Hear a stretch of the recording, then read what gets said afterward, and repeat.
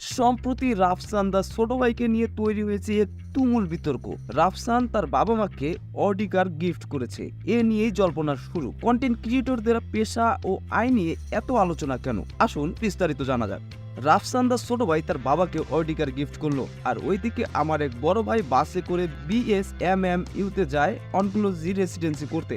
আসলে কি ভাই, পড়ালেখাটা আমার কাছে এখন ওভাররেটেড লাগে। সম্প্রতি তোহার রহমান নামে এক সামাজিক যোগাযোগ মাধ্যম ব্যবহারকারী তার ফেসবুক ওয়ালে এমন পোস্ট দেন। এটি ব্যাপক ভাইরাল হয় এবং এক ধরনের বিতর্ক তৈরি করে যে প্রাতিষ্ঠানিক পড়াশোনা ও চাকরির চেয়ে কন্টেন্ট ক্রিয়েটর হিসেবে সফলতা বেশি কিনা। তার এই পোস্টটি মূলত ইফতেখার রাফসান, যিনি সামাজিক মাধ্যমে রাফসান দা ছোট ভাই হিসেবে পরিচিত, তাকে নিয়ে। এই ফুড ব্লগার নিজের আয় দিয়ে বাবা মাকে একটি দামি গাড়ি উপহার দিচ্ছেন, এরকম একটি ভিডিও চিত্র প্রকাশ করেন গত রোববার। ফেসবুকে সেই ভিডিওটি 1.5 মিলিয়ন বার এবং ইউটিউবে সেটি 7 লাখেরও বেশি বার দেখা হয়েছে। রয়েছে অজস্র মন্তব্য, যেখানে বেশিরভাগ মানুষ রাফসানের এই কাজের প্রশংসা করেন। তারা বলেন তারাও এখান থেকে অনুপ্রেরণা পাচ্ছেন। এর পর দিন তোহার রহমানের ওই পোস্ট তার ফেসবুক প্রোফাইল থেকে জানা যায় তিনি এমবিবিএস সম্পূর্ণ করেছেন। সেই পোস্টের ঘরেও হাজারো মন্তব্য, যেখানে মাহমুদুল হাসান নামের একজন প্রশ্ন করেছেন, পড়ালেখার উদ্দেশ্য কি শুধু টাকা ইনকাম? দিদার মাহমুদ লিখেছেন, এই ধরনের তুলনা করা সবচেয়ে বড় বোকামি। এই বিতর্ক ছড়িয়ে পড়েছে পুরো সামাজিক মাধ্যম জুড়েই।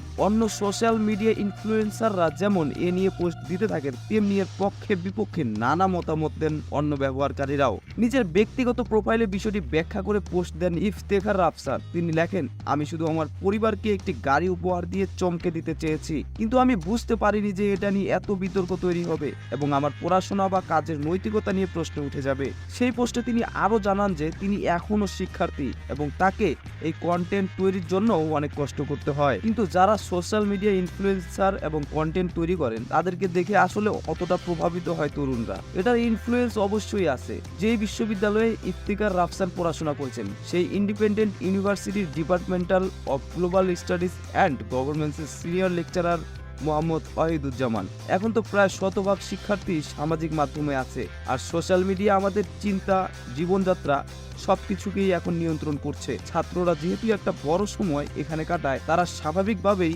এখানে নানা কিছুতে প্রভাবিত হয়। মিস্টার ওয়াহিদুজ্জামান বলেন, রাফসানকে দেখে অনেকে অনুপ্রাণিত হচ্ছে, ভাবছে এত অল্প বয়সে সাকসেসফুল হওয়া যায়। কিন্তু এর নেতিবাচক দিক হলো, এখানে সাকসেসফুল বলতে শুধুমাত্র আর্থিক দিকটা দেখছে সবাই। তবে এর ইতিবাচক দিক হলো প্রথাগত পড়াশোনা ও চাকরির পাশাপাশি এটাও এখন ক্যারিয়ারের একটি পার্ট হতে পারে।